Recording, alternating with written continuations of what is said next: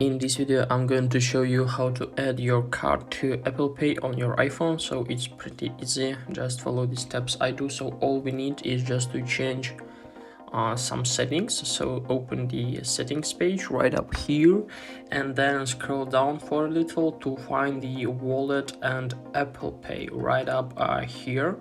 So click on it. So now we can see all of our cards, and to add one of them, all we need is just to find the add card button. So click on it. So now it's downloading.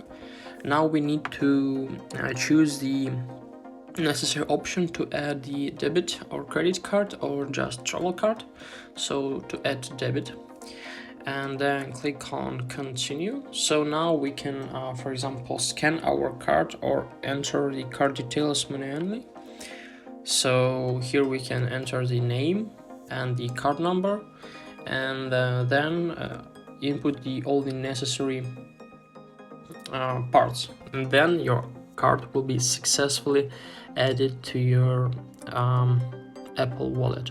So guys, I hope this video was useful for you. If it is, please like this video, subscribe to my channel, and write your comment. Goodbye.